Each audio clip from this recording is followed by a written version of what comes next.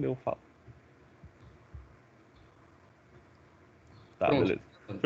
O Já senhor mandei, tá hein, falando da última professor? aula, né, que para primeiro N, né, primeira casa de N, ia dar problema. Daí eu só botei esse negocinho aqui pra cima. Só isolei, né? Fiz a Uhum. primeira coluna Pra dar certo, primeira sim. linha pra coluna. Pra dar certo pra todo I. Você, Daí com o valor. você gera uma função Fable, né? E calcula ela no primeiro passo. E aí, a partir do segundo passo, você vai usando a função anterior, não usa mais a função Fable. Foi isso que eu falei? É isso que você Acho que está foi, referindo? mas. Não, eu fiz pelo for mesmo. Eu isolei as duas, na verdade, separei. Fiz a primeira pro primeiro, né? Porque pra não zerar tudo. Sim. E o Pode compartilhar segundo. aí para mostrar pra gente. Eu não tô compartilhando, não? Tá, Tô. Eu não tô vendo. eu tô vendo. Eu tava, né? Você tirou? Agora eu tô Não, agora eu tô compartilhando de vendo. novo. Tá, Tô vendo. aqui, ó. Eu fiz um for aqui pra cima, só pro primeiro termo, né? Sim. Primeiro N, primeiro N. Valor 2, que daí ele vai.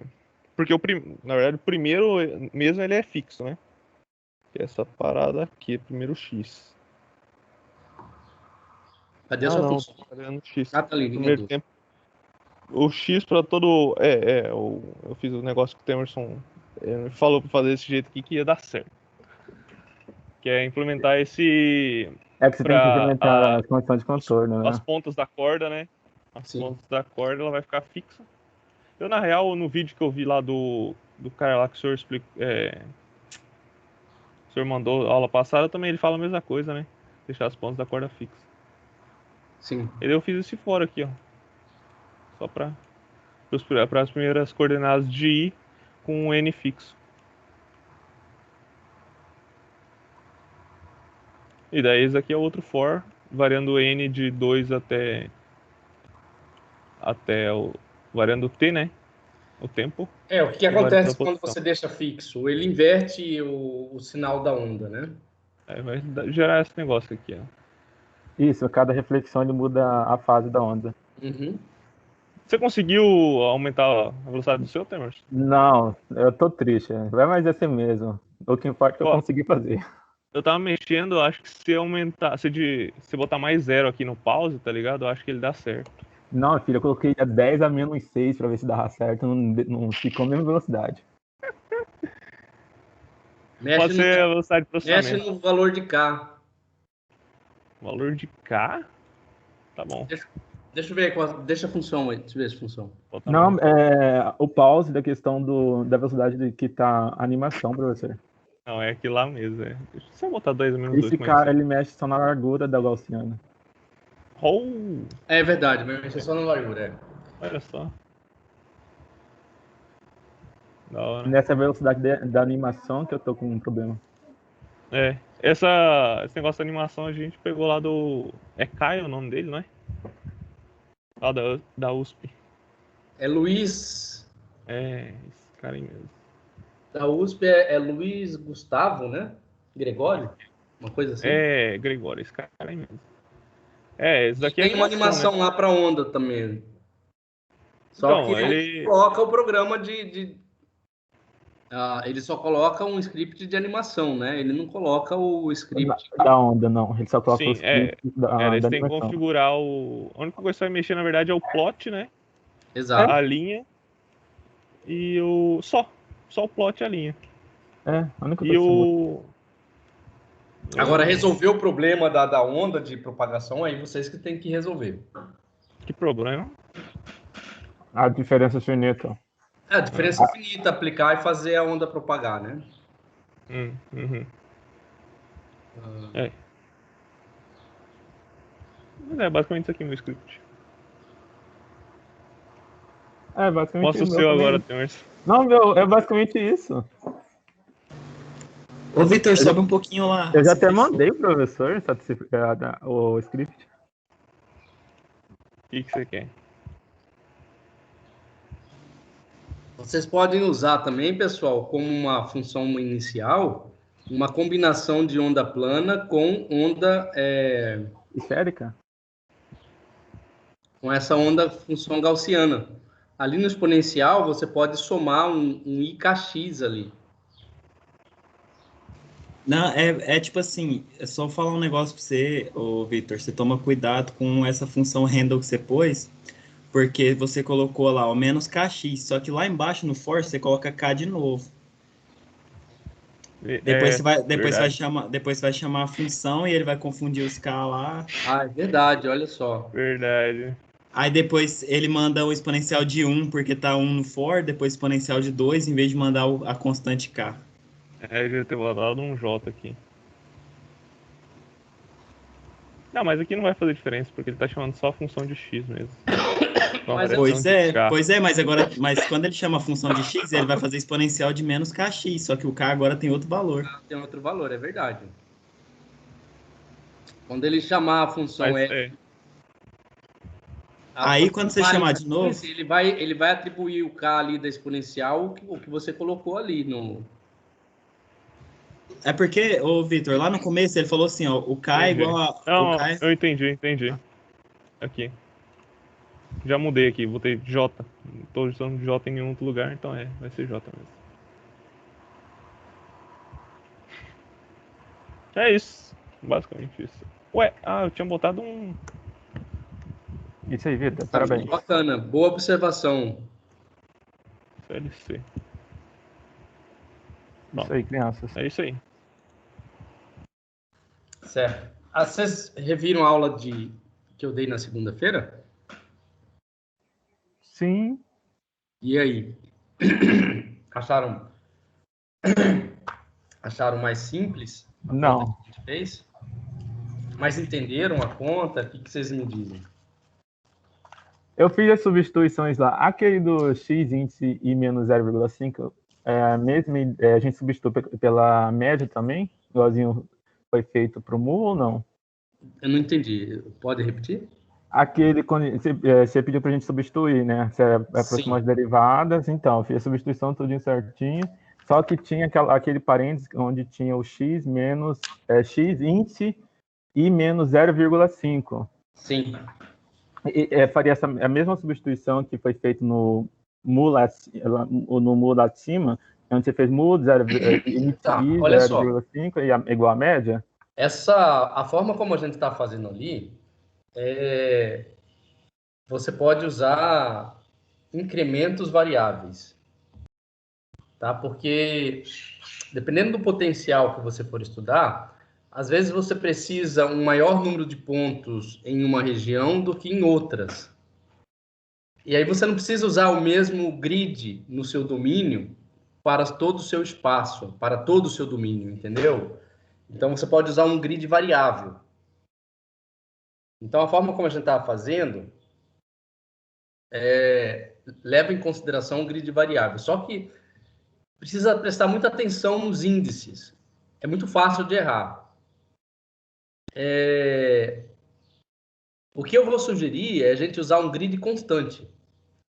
Então, se você subtrair x de índice i menos mais 0,5 menos x de i menos 0,5, é o mesmo que você pegar o x de i menos 1 menos x de i, não, x de i menos x de i menos 1, ou x de i mais 1 menos x de i.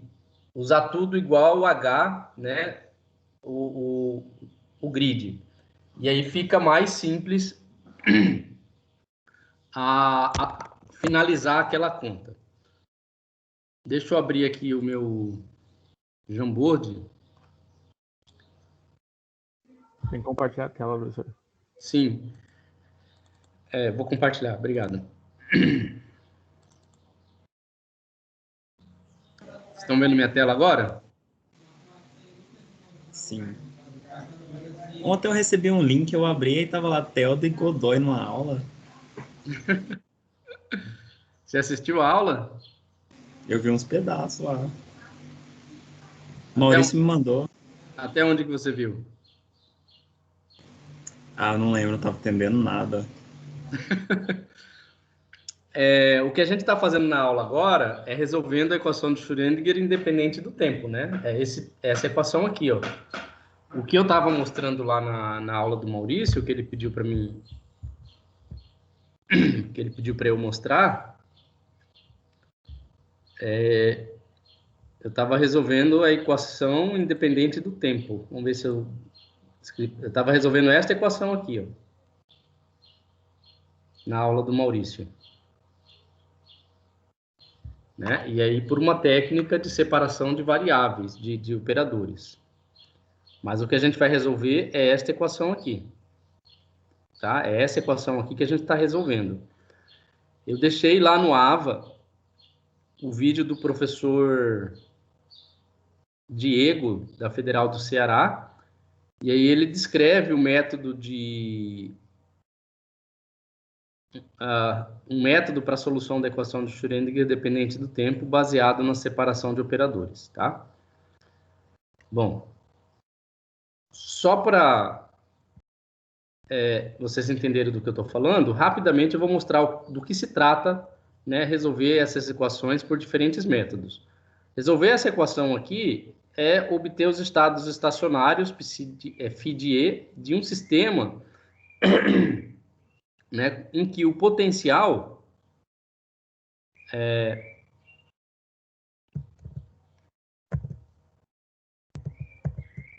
quando o potencial, né, é função apenas da posição, né, a gente define esse potencial como sendo um potencial estacionário.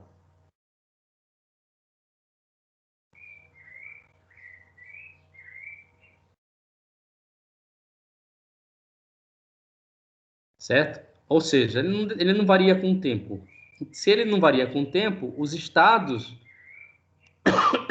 das partículas a qual estão sujeitas a esse potencial também serão estágios estacionários. Né? E a evolução temporal desses estados, eles vão se dar de acordo com esta equação aqui. Tá?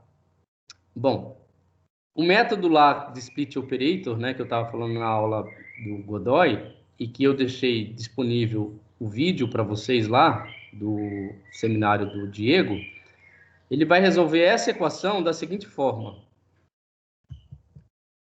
Deixa eu ter espaço aqui.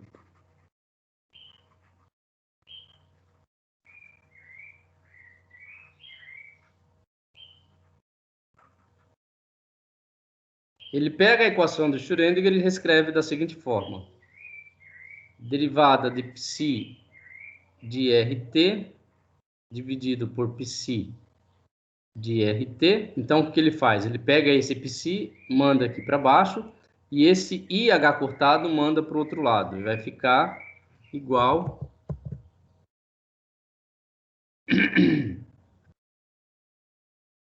menos I dividido por H cortado, H del T. E o que a gente faz agora é integrar essa equação de um estado psi, né, de psi de RT até psi de RT mais delta T. Né? Então, você tem aqui psi de RT, né, em relação sobre psi de RT igual menos I sobre H cortado da integral de T até T mais delta T de H dt, né?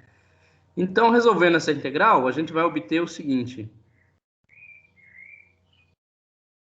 que psi na posição R de T mais delta T vai ser igual a exponencial de menos I H cortado integral de 0 a t de h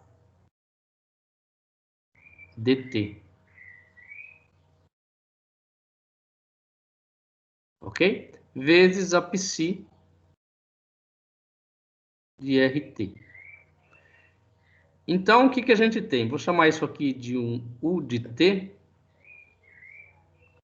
igual a E elevado menos I sobre H cortado integral de H dt de um operador de propagação temporal.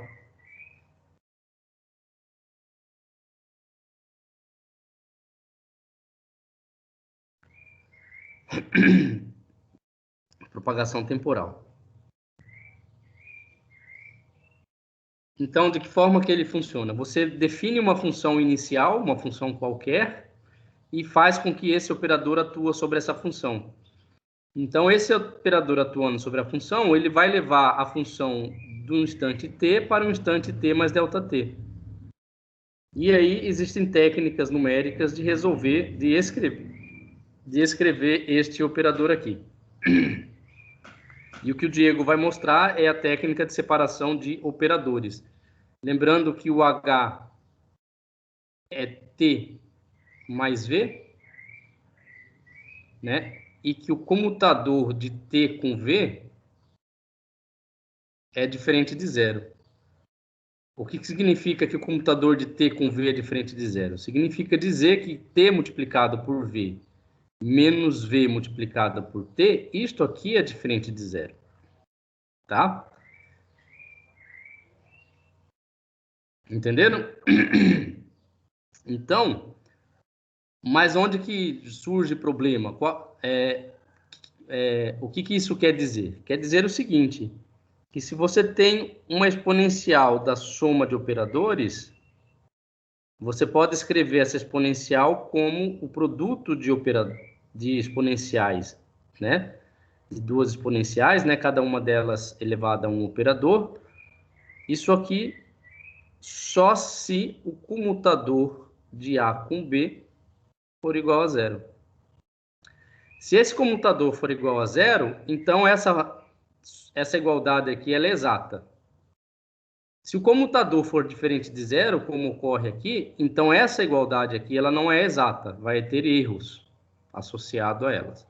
E lá o Diego vai mostrar, eu mostrei na aula do Godoy ontem, e mostrei uma técnica numérica de resolver problemas desta natureza. Se tivéssemos tempo, eu faria no nosso curso, né, a mostrar a solução de técnicas numéricas para resolver equação de Schrödinger dependente do tempo. Bem didática, bem simples. A gente pode fazer, se vocês tiverem interesse, tá? Pode continuar aí estudando, a gente vai conversando pelo Zap e vai fazendo. Mas inicialmente, né, como vocês estão começando agora a programação, vamos fazer uma coisa mais simples, que é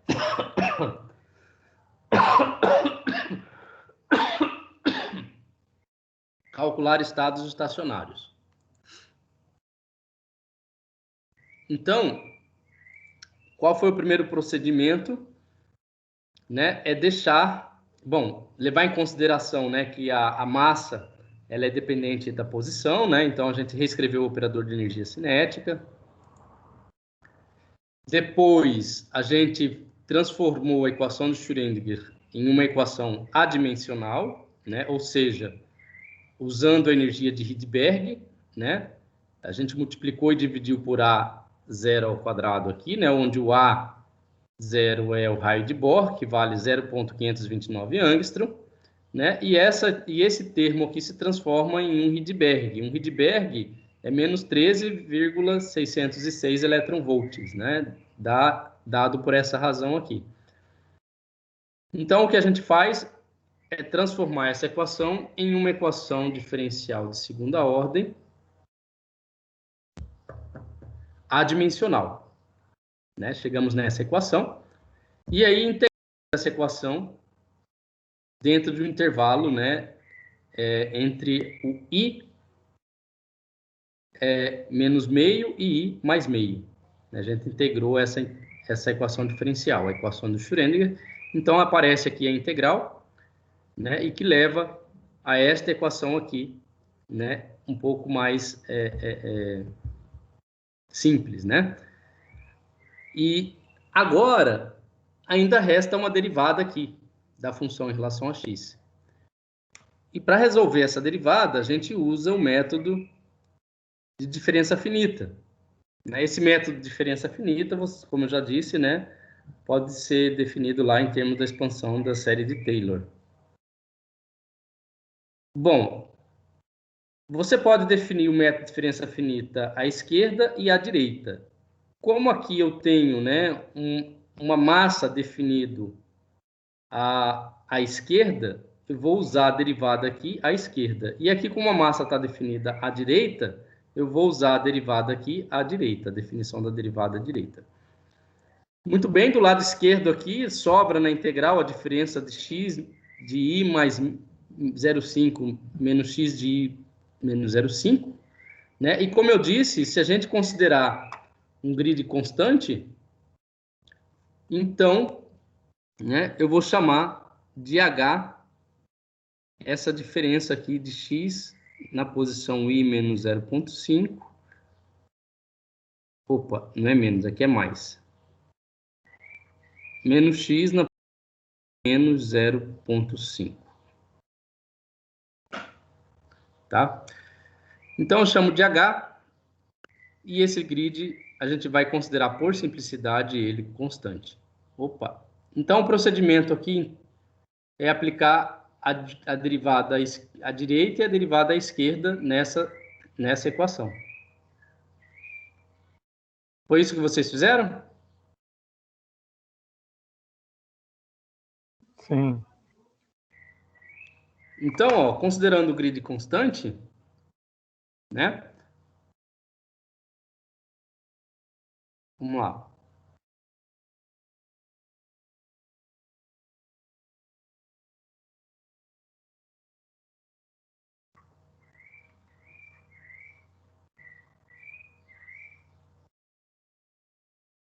Isso implica dizer que x de i mais 1 menos x de i é igual a x de i menos x de i menos 1, que é igual a x de i mais 0,5 menos x de i menos 0,5. Né? E isto aqui deve ser igual, que a gente vai chamar de h. Ok? Então, agora a gente aplica a derivada à direita neste termo e derivada à esquerda neste termo. Então, vamos ter menos μ de i mais 0,5, né, multiplicado por... Bom, no lugar da derivada da função da psi em relação a x, eu vou usar esse termo agora. Psi de i mais 1 menos psi de i. Opa, aqui é 1, não é 5, né?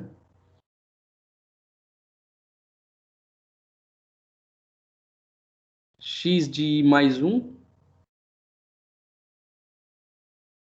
menos x de i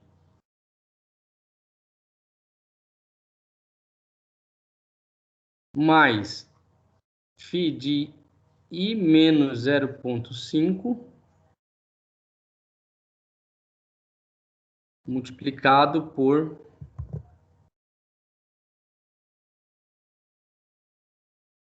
psi na posição i menos psi na posição i menos 1,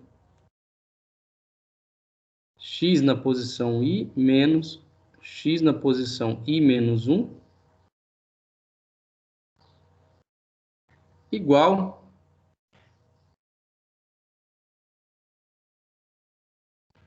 a E menos V na posição I.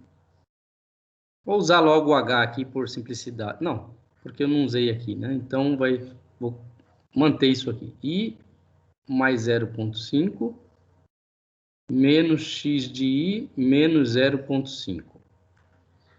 Tá? Muito bem, agora eu posso escrever menos mi de I mais 0,5 dividido por H.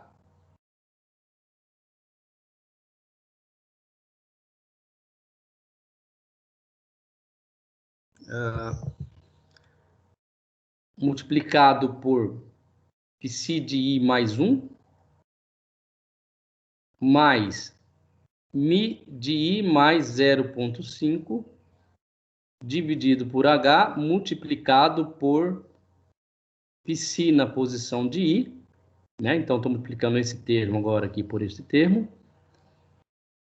mais mi de I menos 0,5 dividido por H, multiplicado por psi de I, menos esse vezes esse, mi de I menos 0,5 dividido por H. Meu texto está descendo, né? É o cansaço, pessoal. Estou bastante cansado hoje. I menos 1, psi de I menos 1, né? Isso aqui igual... Bom, esse V de I eu vou passar para a direita também, tá? Ainda faltou aqui um psi de I. Né? Aqui vai ficar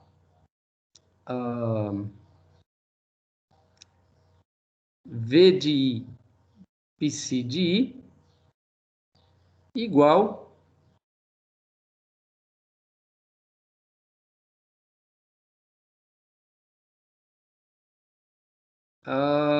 tem um H aqui.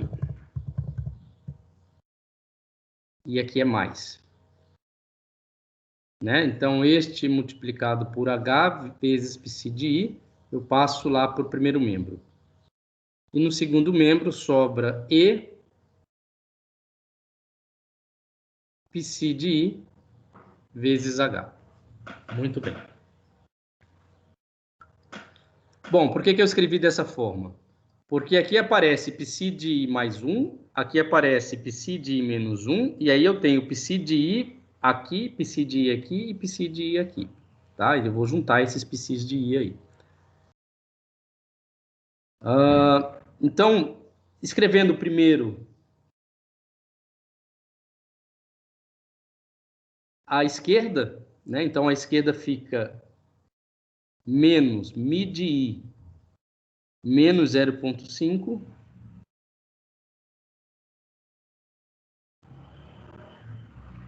sobre H psi de I menos 1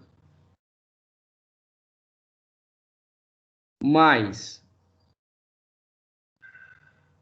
1 sobre H multiplicado por... Agora eu vou juntar os psi de I. Aqui tem mi de I mais 0,5 mais mi de I menos 0,5, né? Aqui.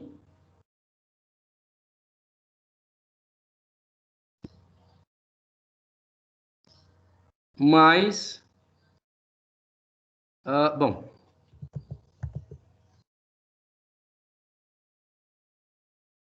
vezes psi de I.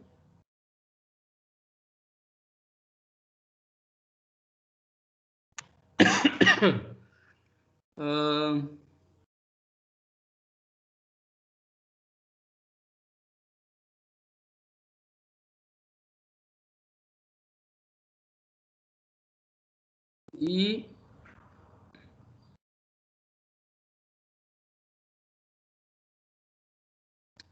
mais V de I, psi de I, vezes H, né? E menos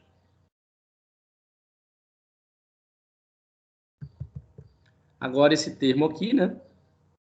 Mi de I mais 0,5 dividido por H vezes a psi de I mais 1. Igual a E psi de I vezes H. Eu vou passar esse H para o lado de lá, mas antes eu vou resolver essa soma aqui, ó. Essa soma aqui, Mi de I mais 0,5 mais Mi de I menos 0,5. Pessoal, vocês estão acompanhando? Sim. Opa! Se eu errar algum índice, já me avisa, porque aqui tem que prestar bastante atenção. É muito fácil errar um índice aqui, tá? Entender também. Entender também é fácil? É difícil, no caso. Tá. A gente definiu quem que é o Mi de I mais 0,5, né? Então, a gente definiu como? Então, é Mi de I mais 1, né? Mais Mi de I dividido por 2. E o outro é Mi de I menos 1 dividido por 2. Então, o primeiro termo aqui é Mi de I mais 1 mais Mi na posição I dividido por 2, mais Mi de I mais Mi de I menos 1 dividido por 2. E essa soma aqui vai dar Mi de I mais 1 mais 2 vezes Mi de I mais Mi de I menos 1 dividido por 2. Tá? E esse termo aqui eu substituo aqui. Então, vocês me ajudem aí a reescrever essa equação aqui. Então, ela fica menos Mi de I. Aqui também eu vou ter que alterar, né? Esse primeiro termo, só um pouquinho.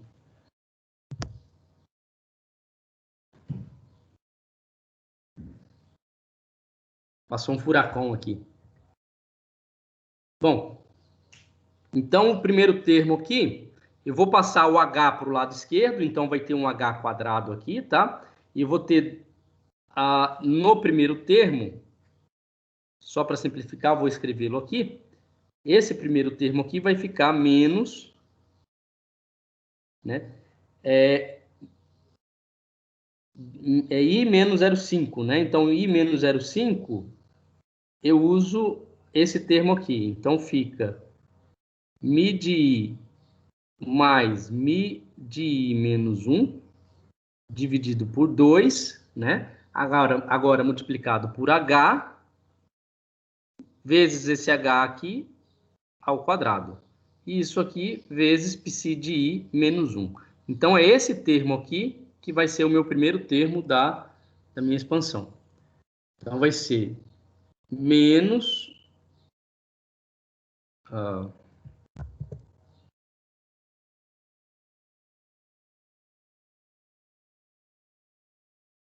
Mi de I menos Mi de I menos 1, dividido por 2H ao quadrado, multiplicado por psi de I menos 1.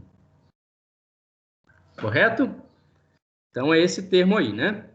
Agora, pessoal, vamos escrever esse termo aqui, ó. Esse termo aqui é o que a gente definiu aqui, né? E ele vai ficar assim.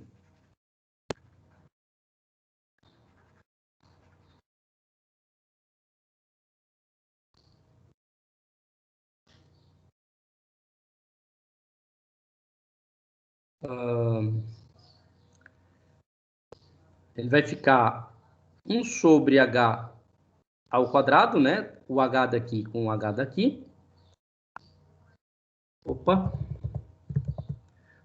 É 1 sobre 2, né? Que tem 2 aqui.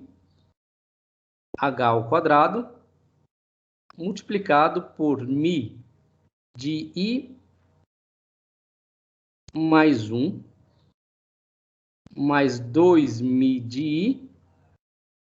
Mais mi de I menos 1. Multiplicado por psi de I. Quando eu passo o H para cá, esse H corta com este H, né? E aqui também eu tenho psi de 1. Então, eu vou fazer o seguinte. Eu vou apagar aqui o H, o psi de I aqui. E vou somar com V de I. Mais V de I. E isto aqui multiplicado por psi de I. Certo? Então, agora eu tenho esse termo aqui, né, que eu vou chamar de... Não vou chamar de nada ainda. Vou só reescrever do outro lado. Né? E esse termo é o que multiplica a função psi na posição I. Então, fica mais...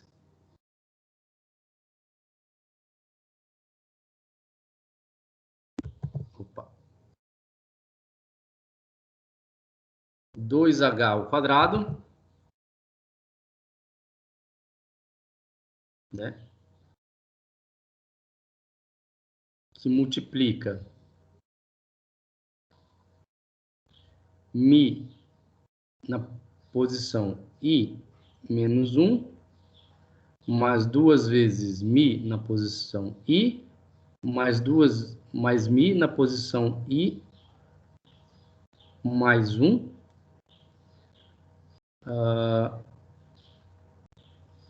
mais V na posição de I, multiplicado por psi na posição de I. Correto? E por último, eu vou escrever esse termo aqui. É esse termo aqui? Deixa eu ver.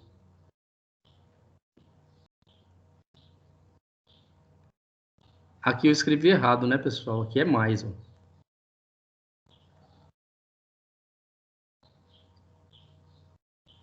Né? Então, por último, vai ficar menos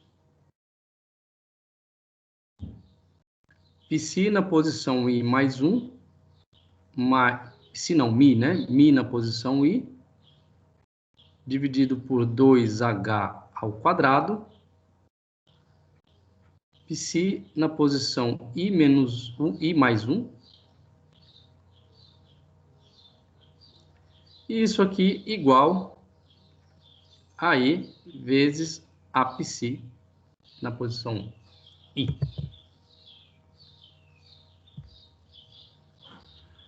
Entenderam? Vou chamar de A todo esse termo aqui, ó. 1 sobre 2H ao quadrado, que multiplica mi de I menos 1, mais 2 vezes mi na posição I, mais mi na posição I mais 1, mais V na posição I. Ok?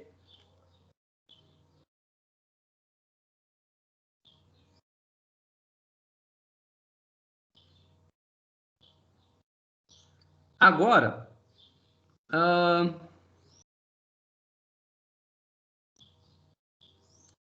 antes de chamar de A, vamos fazer o seguinte, para vocês entenderem o que eu vou fazer agora. Porque o próximo passo é importante. Porque quem que é o I aqui?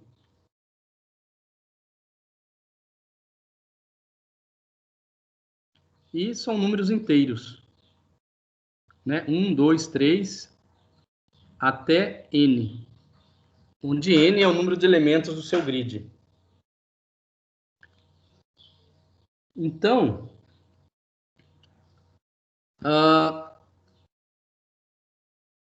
o que acontece aqui, pessoal? Essa equação que a gente chegou, nada mais é do que um sistema de equações linearmente acopladas. Agora, se é um sistema de equações, ele vai ter um número de equações, né? Quantas equações eu tenho aqui nesse sistema de equações? Eu vou ter N equações. Então, eu vou ter N equações, uma para cada valor de I. Então, por exemplo, para I igual a 1, o que eu vou obter? Eu vou obter menos Mi na posição 0, mais Mi na posição... desculpa. Mi na posição 1, mais Mi na posição 0, dividido por 2H ao quadrado, Psi de 0. Mais 1 sobre 2H ao quadrado, que multiplica Mi na posição 0, mais 2Mi na posição 1, mais Mi na posição I mais 1, ou 2, né?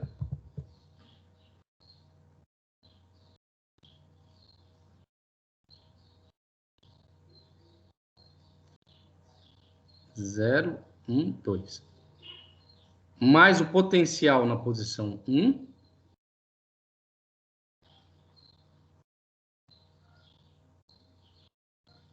Multiplicado por Psi na posição 1. Menos Mi na posição 2, mais Mi na posição 1, sobre 2H ao quadrado, Psi na posição 2, igual a E, Psi na posição 1.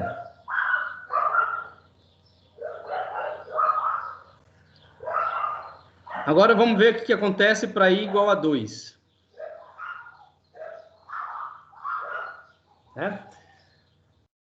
Para Psi igual a 2, eu vou ter menos Mi na posição 2,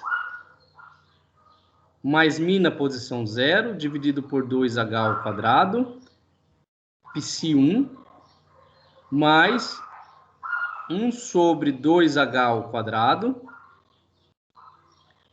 Mi na posição 1, mais 2 vezes Mi na posição 2, mais Mi na posição 3, mais V na posição 2, multiplicado por Psi na posição 2, menos Mi na posição 3, menos Mi na posição 2, dividido por 2H ao quadrado, vezes Psi na posição 3, igual a E, Psi na posição 2. Né? Para I igual a 3,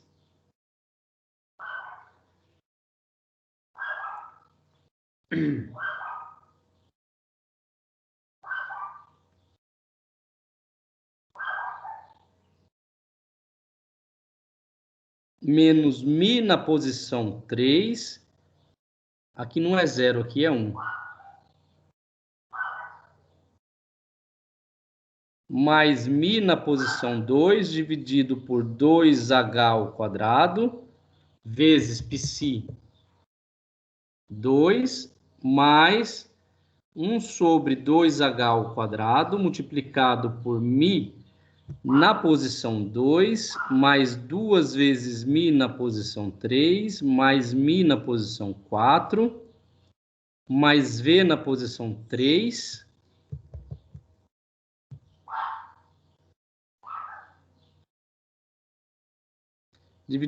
multiplicado por π na posição 3, menos μ na posição 4, menos μ na posição 3, dividido por 2h ao quadrado, multiplicado por π na posição 4, igual a E, π na posição 3. E assim sucessivamente, né? Onde o último elemento, né, para I igual a N, eu vou ter menos μ na posição N, mais μ na posição N menos 1, multiplicado por 2h ao quadrado, π na posição N menos 1, mais 1 sobre 2h ao quadrado, μ na posição N menos 1,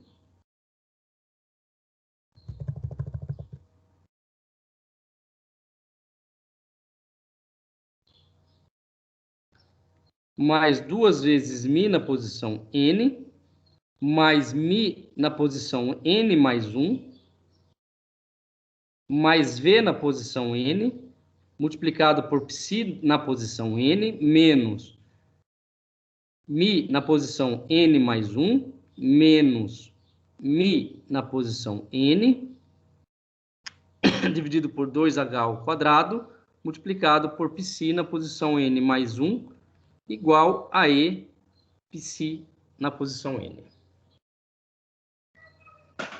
Vocês entenderam aí, pessoal, essas equações? Alô? Tem alguém aí? Semana final de curso é isso aí, professor. Tá todo mundo morto? Morto é pouco. É zumbi aqui. Mais Oi, ou você menos, dormiu? né? De boa. De boas. Mas ali tem que começar com Se tá de boa pro cara que Um não e fez dois, né? clássica, então tá de boa pra mim. Coitado, Não, hein? entendi como é que é o esquema pra fazer o script, tá ligado? Mas ali em cima o i não tem que começar com 2. Você entendeu o esquema para fazer o script? Então me diz que esquema que é esse. Casa caiu, Vitor. Casa caiu. Não, só pra organizar. Entendi. Na hora de fazer, chamar Exatamente, o for. você falou a palavra certa. Agora a gente tem que organizar. Como podemos organizar essas equações lineares? Divide tudo. Destrincha ela e é isso. Como é que a gente resolve sistemas lineares, pessoal? De forma mais rápida. Transformando em quê? Matrizes? Em matrizes. Vocês vão perceber que esse sistema linear leva a uma matriz tridiagonal simétrica. Isso facilita enormemente o nosso problema. Notem o seguinte, que esse termo aqui, ó, ele está fora da minha matriz. Por quê? Ele é um π0. O π0, eu não defino ele no meu grid. Eu não defini o π em 0. Eu defini o π a partir de 1. Tá vendo que eu estou definindo o π a partir de 1? Então, esse termo aqui está fora do meu grid. Ele é um elemento que fica fora da minha matriz tridiagonal. O primeiro elemento da minha matriz tridiagonal é este elemento aqui, ó. Então, esse termo aqui, ele está dentro da minha matriz. E olha, o próximo elemento é este aqui. Ele é o quê? O μ2 mais μ1 dividido por 2h ao quadrado. E ele é exatamente igual a este elemento aqui, ó. μ2 mais μ1 dividido 2, entendeu? O próximo elemento aqui, ó, da diagonal secundária, ele vai ser equivalente a este elemento aqui, ó. E assim sucessivamente trocado. O último elemento, este elemento aqui, vai estar fora da minha matriz também. Por quê? Porque ele está definindo π na posição n mais 1. Eu não tenho π na posição n mais 1. O meu π vai até o n. Eu não coloquei aqui, mas ele vai até o n. Né? Então, eu defino a minha função dentro desse intervalo aqui, ó, de I até N, de 1 até N. Então, eu vou ter dois elementos aqui que vão estar fora da matriz. Este elemento e este elemento. Agora sim, o que eu vou fazer é chamar A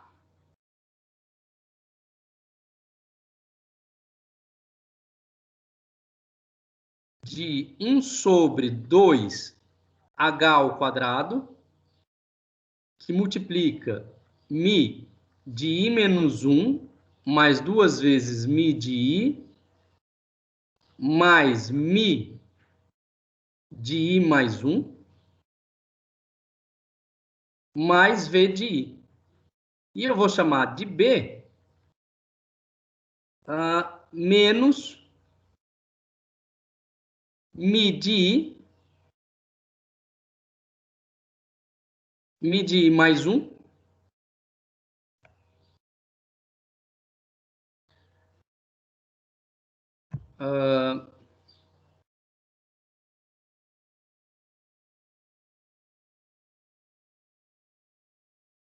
Mi de I mais Mi de I menos 1,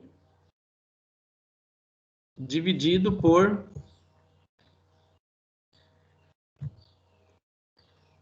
2H ao quadrado. Entenderam? E aí, o que que eu vou ter? Eu vou ter uma equação desta natureza aqui, ó. Menos B de I, psi de I menos 1, mais A de I, psi de I, menos B de I, a psi de I mais 1, igual a I, psi de I. E esta equação, ela vai se tornar numa equação desta natureza. B0, A1, B1, 0, 0, 0, B1, A2, B3, 0, 0, 0. Aqui não é B3, aqui é B2. B2, A3, B3, 0, e assim sucessivamente, né? Até 0.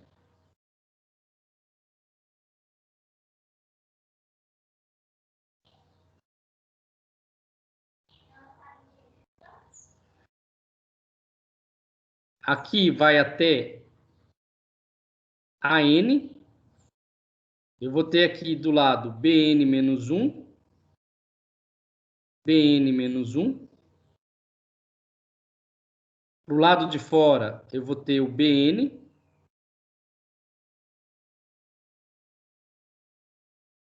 Não, na verdade aqui é BN mais 1.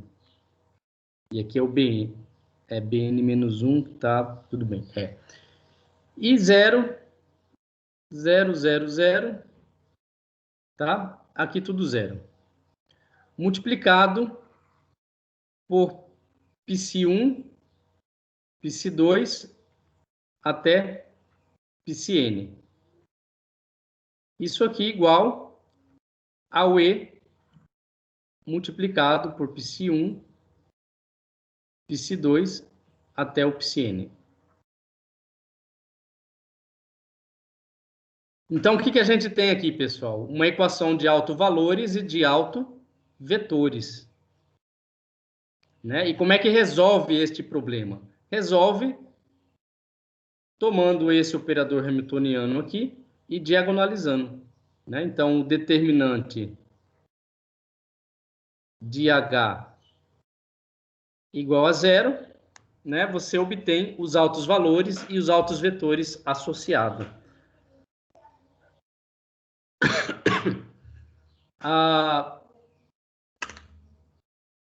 Vocês lembram de ter feito isso em Introdução à Teoria Quântica? Ó, se vocês programarem em Fortran, tem uns programas que fazem isso. No Fortran, a sobre-rotina LAPACK, ela pega uma matriz tridiagonal, diagonaliza e obtém os altos valores e os altos vetores. Se vocês estiverem usando Octave ou MATLAB, vocês estudem a função EIG.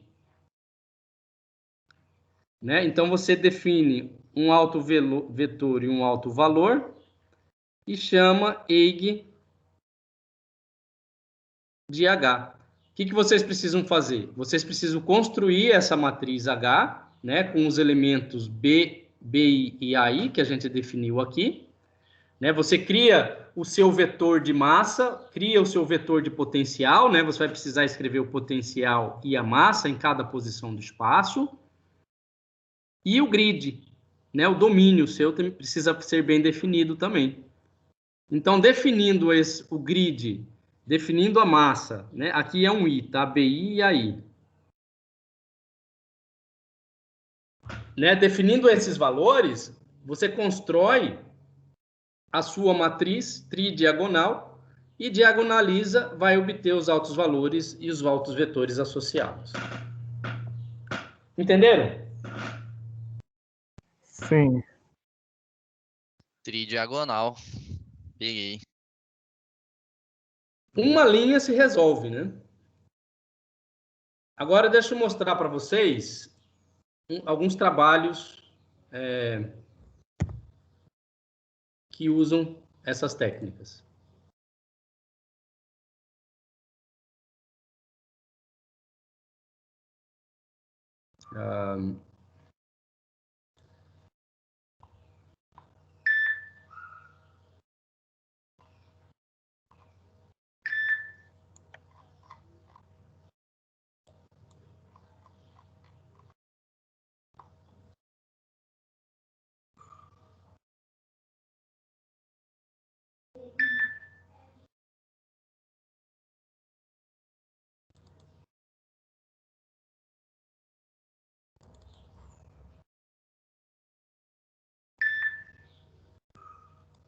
Bom, esse aqui é o professor Andrei, da Universidade Federal do Ceará.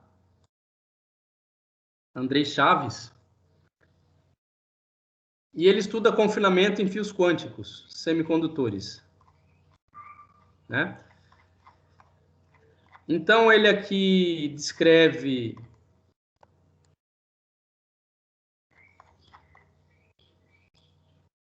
Ah, vai demorar. Deixa eu baixar aqui no computador.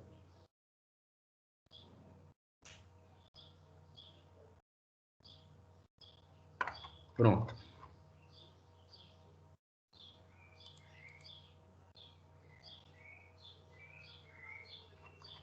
Tá.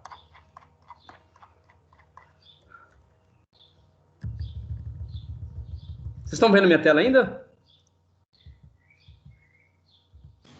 Tamo. Bom, então aqui no índice dele, ó, ele vai falar um pouco de semicondutores, o que é uma estrutura de banda, né? Eu dei uma noção do que é estrutura de banda para vocês, eu falei o que é massa efetiva. Aí ele vai falar de o que é reduzir dimensionalidade de sistemas físicos, né? Ele vai falar de fio quântico, de excitons, né? E aqui ele mostra como é que ele faz a solução numérica da equação de Schrödinger em uma dimensão e em duas dimensões. Né? Bom, então aqui ele mostra o que é um poço quântico, como é que reduz a dimensionalidade, né? O poço quântico, isso aqui eu já tinha mostrado na aula passada para vocês. A equação do Schrödinger, a forma como ele escreve aqui, né, em três dimensões, né? Ele separa as variáveis, né, levando em consideração que o potencial atua só na direção de z, e na direção x e y não tem potencial, então, nesse caso, a partícula ela tem como solução uma onda plana, porque ela é uma partícula livre, isso aí vocês devem ver lá no curso de mecânica quântica, né? E aí ele define o que é um poço quântico, o que é um fio quântico, o que é um ponto quântico, de acordo com o grau de confinamento e o grau de liberdade que tem um corpo dentro desse sistema. Então, por exemplo, num bulk, um elétron ele tem 3 graus de liberdade, o que significa dizer que ele pode se movimentar para qualquer direção e 0 grau de confinamento. Num poço quântico, o movimento dele é limitado ao longo de uma direção, então ele tem 1 grau de confinamento, 2 de liberdade. Num fio quântico, ele tem 1 grau de liberdade e 2 graus de confinamento, né? Então a partícula ela é confinada num plano. E num ponto quântico ele tem 0 grau de liberdade e 3 graus de confinamento. Então você pode definir as energias da partícula resolvendo a equação de Schrödinger, né? Como a gente fez aí. Tá? E aqui ele mostra para fio quântico, para poço quântico. Isso aqui é a figura de um poço, de um fio quântico crescido por técnicas experimentais, né? Então, é uma figura, uma imagem experimental, né? E mostrando a dimensão de um fio quântico, né? Você tem um fio quântico aqui, outro aqui. Na verdade, é um fio quântico heteroestruturado. Ele está deitado aqui, o fio quântico, né? É um fio quântico de fosfato de índio com arseneto de índio, né? Eu mostrei na aula passada para vocês alguns semicondutores. Né? Mais imagens experimentais de fio quânticos. Ele define o que é um êxito. Eu não sei se eu defini para você na aula passada o que é um êxito, mas eu falei de buraco e falei de elétrons, né? Quando o elétron sai da banda de valência e vai para a banda de condução, ele deixa um buraco aqui, na banda de valência. Como os dois têm cargas opostas, existe uma atração eletrostática entre os dois ainda que não é quebrada, né? Então, essas duas partículas, elétron na banda de condução e buraco na banda de valência, é definido como uma partícula excitônica,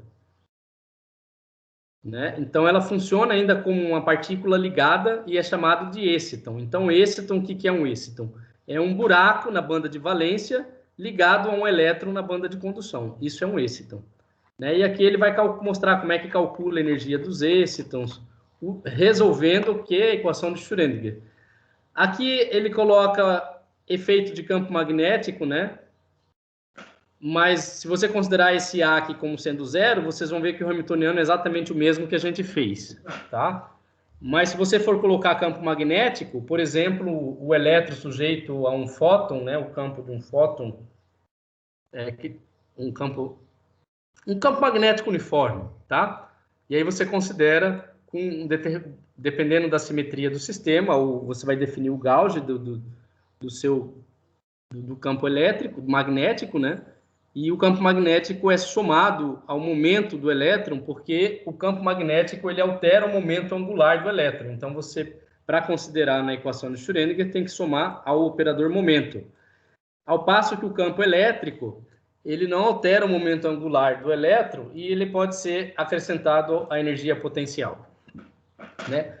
Aqui, ele está escrevendo em coordenadas cilíndricas, né? Porque levando em consideração que é um fio cilíndrico, e agora a simetria do problema para ser resolvido é outra, né? O Laplaciano lá em coordenadas cilíndricas, a gente resolveu em coordenadas cartesianas para calcular poço, né? Mas o que eu vou mostrar para você está lá embaixo no apêndice, que é aqui ele mostra o hamiltoniano do êxito. Né? O hamiltoniano do êxito é o seguinte, é a equação do Schrödinger escrita para duas partículas. Né? O operador de energia cinética do elétron, o operador de energia cinética do buraco, o poço que confina elétron, o poço que confina o buraco e a energia de interação elétron-buraco, que é uma interação coulombiana. Então, vocês podem ver aqui que essa é uma força coulombiana, né? E quadrado sobre a diferença aí a posição relativa do elétron e buraco. Isso é o êxito. E aí ele reescreve isso aqui para calcular para chegar na energia de ligação, né, do par elétron-buraco. E essa equação aqui, né, é a equação de Schrödinger, né, em coordenadas cilíndricas, tá? E, bom, aqui ele vai mostrar a solução numérica em uma dimensão, e aí exatamente como a gente resolveu. Ó.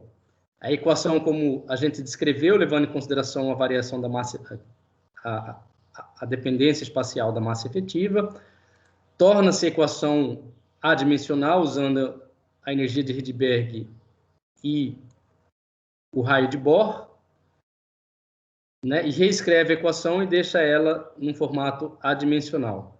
Integra a equação no intervalo de menos i até i, da forma como a gente fez, né? X na posição i menos meio até x na posição i mais meio, integra a equação, chega nesse termo aqui. Aqui ele faz levando em consideração o grid variável, tá?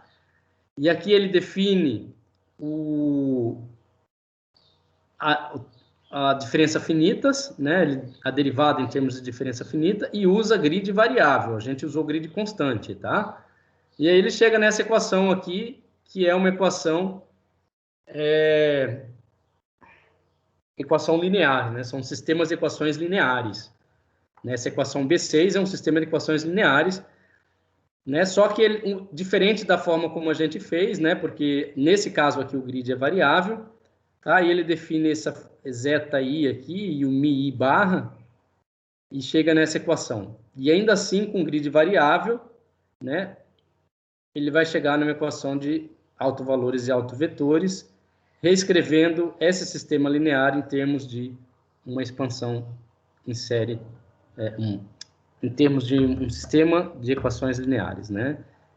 Transforma o sistema de equações lineares em uma matriz, um produto de matrizes. Tá? E depois ele mostra como é que torna-se o grid constante, o grid uniforme, né? Definindo como a gente fez lá, né? O x de i menos 1 igual a x de i mais meio menos x de i menos meio igual a h. E fazendo as redefinições lá, ele vai chegar exatamente aonde a gente chegou, tá? Exatamente aonde nós chegamos. E aqui o AI, né? Que é exatamente o termo que a gente definiu lá. E o BI também, exatamente o termo que a gente definiu. Tá? Então, o que a gente tem que fazer? Montar um vetor onde a gente descreve os valores das massas efetivas, definir o grid e o potencial em cada posição do grid. Né? E a gente escreve esse vetor AI e BI e diagonaliza a matriz. Né? Então, a solução analítica, ele pega aqui para um poço infinito, né, de comprimento L, a solução analítica para um poço infinito é esse termo aqui. E aí ele compara com a solução numérica. Então, aqui tem a solução analítica e a solução numérica, né, fazendo o grid variar de 0,5 até 0,05. Né? Nota aqui que um grid de 0,05, né, aumenta a precisão do resultado numérico. Então, é isso, pessoal. E aqui ele mostra como é que discretiza a equação bidimensional, a equação de Schrödinger bidimensional, né? Ele chama bidimensional porque o elétron está confinado no plano do poço, mas acaba sendo uma equação unidimensional porque ele resolve apenas para a coordenada ρ. Né? Então, ele resolve apenas para a coordenada ρ. O procedimento é exatamente o mesmo, tornar a equação adimensional, usando a energia de Rydberg, aí ele chega nessa equação diferencial, e aí ele vai discretizar integra novamente, né, resolve aqui a integral, o procedimento é exatamente o mesmo, tá? E aí usa o método de diferença finitas para escrever essa derivada de dentro aqui. E aí chega nessa sistema de equações lineares, né, que também vai decair em um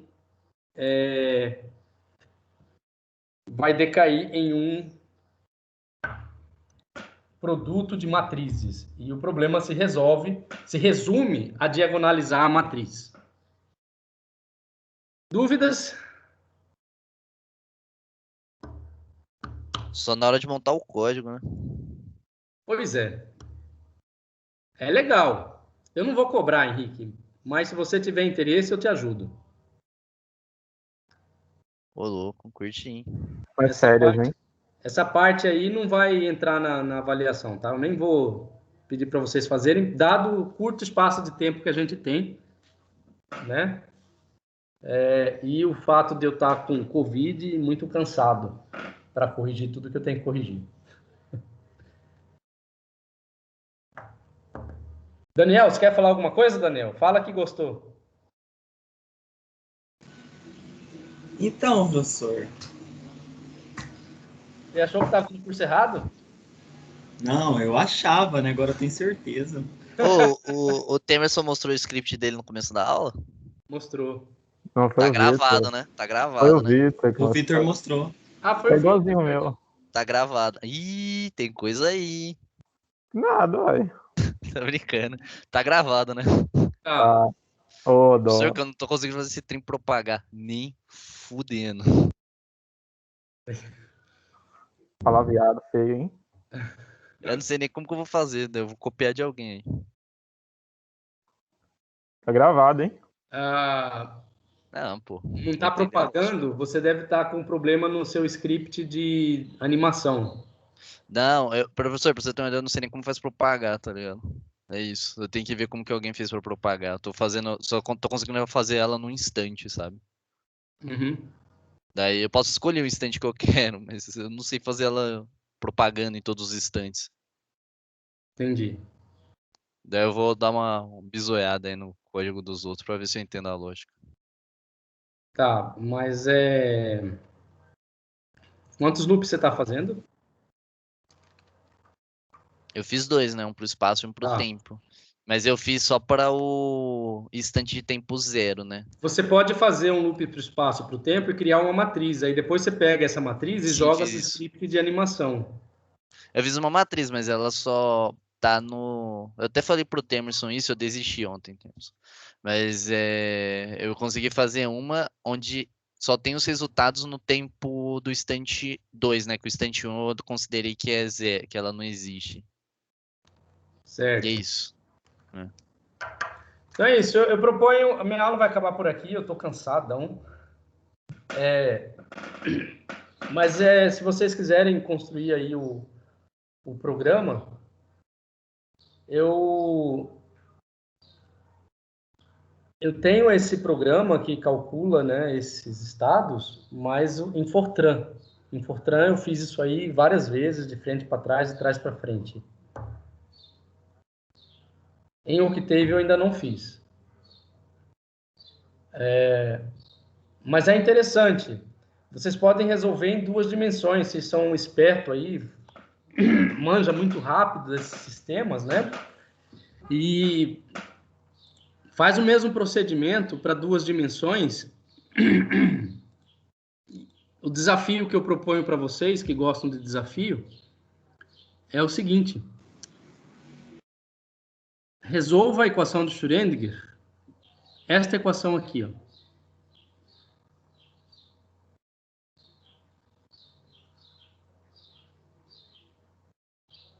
Da forma como vocês quiserem, tá? Levando em consideração o que a gente fez é levando em consideração que essa massa depende da posição, tá? Mas não precisa.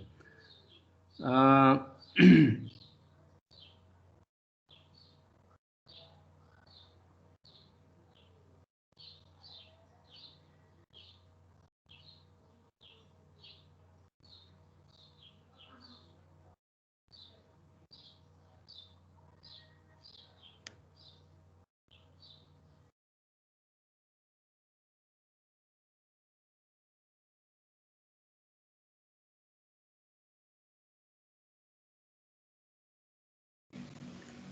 Não, professor, bota em 3, velho.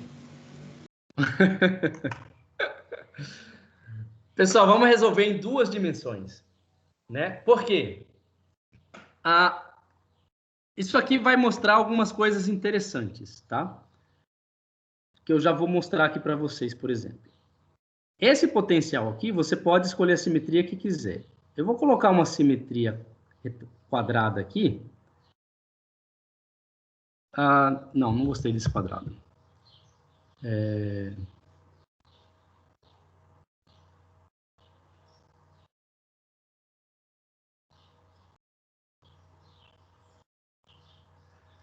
Pronto. Então é o seguinte: quando você resolver essa equação aqui, você vai cair numa matriz esparsa, tá? E aí, a solução dela vai te dar uma função de onda bidimensional. A função de onda, ela vai ter os seguintes estados. O estado fundamental, que a gente chama psi0, o primeiro estado excitado, o segundo estado excitado e assim sucessivamente, né? Então, o que acontece?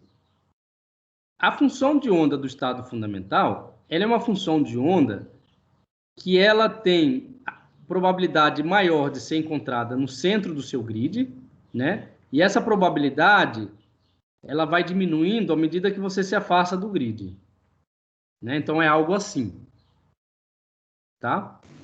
Professor, Oi. eu tô bugado até agora, que eu não sei o que é esse trem de grid aí, não. E grid?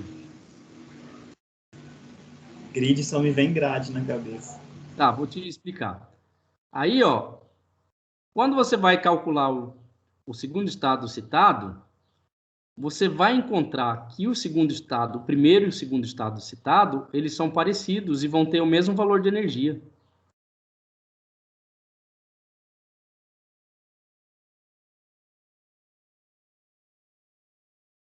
Então, o psi1 e o psi2, eles vão estar parecidos. Eles vão ser estados distintos, né, mas com a mesma energia. Vai ser um assim,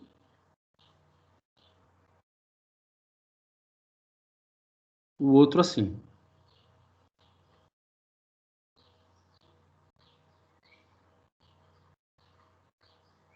Então, aqui eu tenho psi0, psi1, psi2. Sendo que o E1, aqui tem o E0, E1 e o E2. Sendo que E1 é igual a E2, né? E aí você pode calcular para N estados e ver quais estados têm as mesmas energias. Ou seja, esses estados com mesmas energias, sendo estados diferentes, você vê visivelmente aqui que eles são estados diferentes, né? São dois estados diferentes e de mesma energia, eles são chamados de estados degenerados, né? Então, a solução numérica desse sistema permite que você calcule diferentes geometrias. Então, por exemplo, eu não quero fazer um potencial quadrado, vou fazer um potencial retangular, ou eu vou fazer um potencial circular, ou eu vou fazer um potencial do tipo T,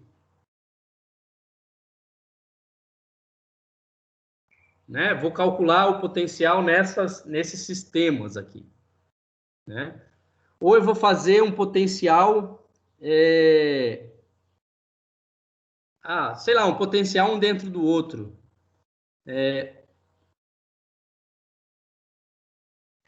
Dessa natureza aqui, né? Aonde... Só um pouquinho, pessoal.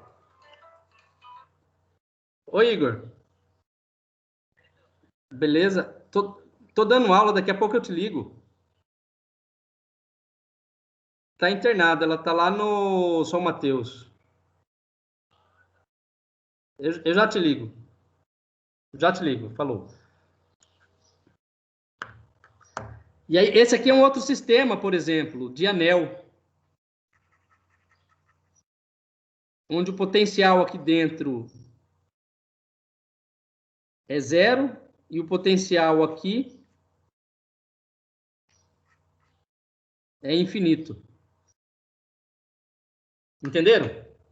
Isso aí já dá, sem sombra de dúvida, um trabalho de TCC interessante.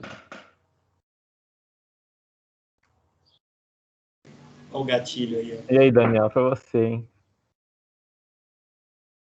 Vai fazer um anel, Daniel? Vocês podem fazer um anel circular, ó, né? Dá um trabalho interessante. Dúvidas? Não, não. Eu tenho a dúvida, professor. Eu não sei o que é um grid. Ah, o grid. Muito bem. Ele vai fechar a aula agora. É, Ele não vai te responder, Daniel. Vai ficar no ar aí. Não, não vou fazer isso, não. Olha só, eu vou construir uma malha em 2 dimensões, certo? Então, aqui é o X e para cá é o Y. Como é que você define a sua malha ou o seu grid? O grid em X, né, é X de I igual a I menos 1 multiplicado por ΔX. Tá? E o Y de I igual a I, vou colocar Y de J, tá? Igual J menos 1 vezes ΔY. Então, o seu...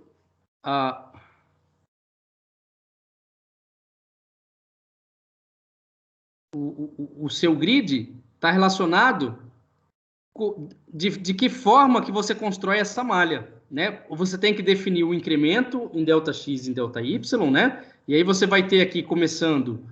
eu não sei onde você vai colocar o zero, geralmente eu coloco o zero aqui no meio, tá? Então, você vai ter uma malha com os grids em X e em Y, né? Então, você vai ter aqui o menos N sobre 2, né? Até o N sobre 2. Os pontos, né, da sua malha x, y, das suas coordenadas x e y. Em uma dimensão, o seu grid são só os valores de x. São as informações dos valores de x e o incremento, né, o ΔX. Então, em uma dimensão seria 1, 2, 3, 4, tá? O I até o N. Esse é o seu grid. Entendeu? Seu grid em X. Pode ir, pá. Então, por exemplo, como é que eu vou construir a minha malha aqui, o meu potencial? Né? No caso de um anel, se eu for construir um anel aqui, eu tenho que definir quais são as posições, né? Colocar um A aqui, né? Se for um quadrado, né? Ou posso colocar um B aqui. Aqui menos B, aqui mais B, né? Aqui menos A, aqui mais A. E aí eu tenho que dizer o seguinte, ó. Que o potencial vai ser igual a zero se x menor que módulo de B. Entendeu? Não, y, né? Desculpa, aqui não é x, é y. X em A e Y em B. E x menor, posso colocar um igualzinho também, módulo de A. Né? Então, eu vou criar um programa dessa forma e ele vai criar aqui um potencial dessa forma. E, se não, o V igual a, vou colocar 600 milielectronvolts. Entenderam?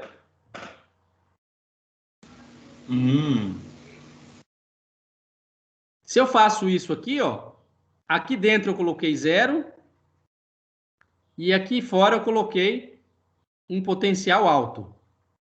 Né? Então, eu estou criando um quadrado aqui e as partículas vão estar confinadas aqui dentro. Agora, se eu quiser criar um anel, eu inverto, né? Eu coloco aqui 0 e aqui 600. Entenderam? Sim. Sim. Esses sistemas, esses problemas são problemas quânticos bastante interessantes.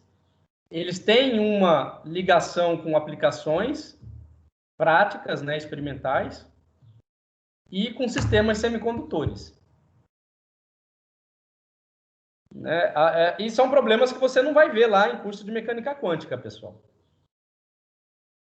Alguém que fez mecânica quântica viu algum problema dessa natureza aí? Professor, eu não fiz mecânica quântica. O professor vai acabar arrastando nós para matéria condensada. Nunca. Fica olhando aí. Tenho certeza que vocês vão ser felizes na matéria condensada. Mas, ó, é um problema relativamente simples de se fazer e que dá para calcular uma infinidade de sistemas quânticos bastante interessantes. Não tem tempo hábil para ver lá no curso de quântica. Não é mesmo, Daniel? Ficou feliz? Ah, professor, eu já mexi um pouquinho com matéria condensada. Ah, é? Com quem? Com a Érica. Ah, o que vocês fizeram? Dinâmica de plasmons em superfícies metálicas nanométricas. E que tipo de equações você resolveu? Nada, a gente estava olhando só para o formalismo clássico. Não, mas quais são as equações que vocês resolveram? Então, a gente estava olhando para o formalismo clássico e a gente não fazia nada com... Era só analítico e... é complicado falar. Não sei o que falar. Mas aí, parou? Sou ruim para falar. Sim, acabou, aí eu não continuei, não. O semestre foi mais pesado. Mas volta para a iniciação científica, rapaz. Faz uma coisa interessante. Que você se encontre. Complicado. É uns tentando te arrastar para matéria condensada, outros tentando te arrastar para termodinâmica quântica. Vai para onde você gosta. Onde você se sente bem fazendo. Seja ela o que for, né? Se você se sente bem fazendo termodinâmica quântica, ou se sente bem estudando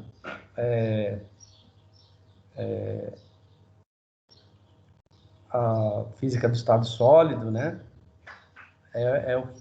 Você tem que fazer o que você consegue fazer, sabe fazer e gosta de fazer. É isso que você tem que fazer. Agora sim, coach motivacional.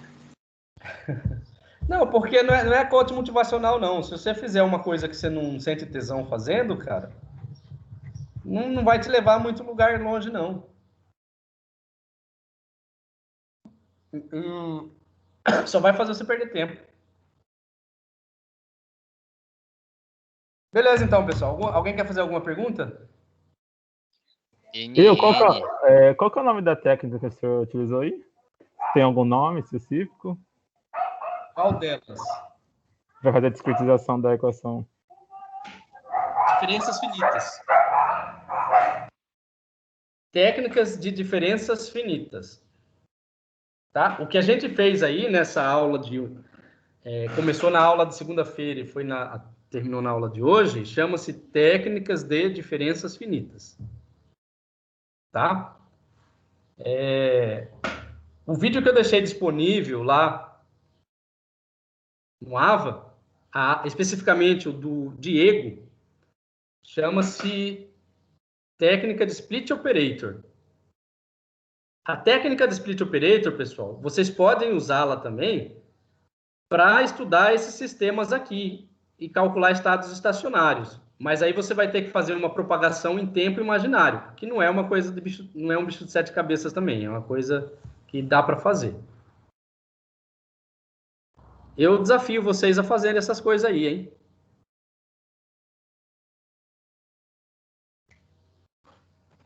Já me desafio todo dia a levantar da cama. Mais um vai ser foda. Você tem um desafio para levantar da cama todo dia? Você já tem filho? Não.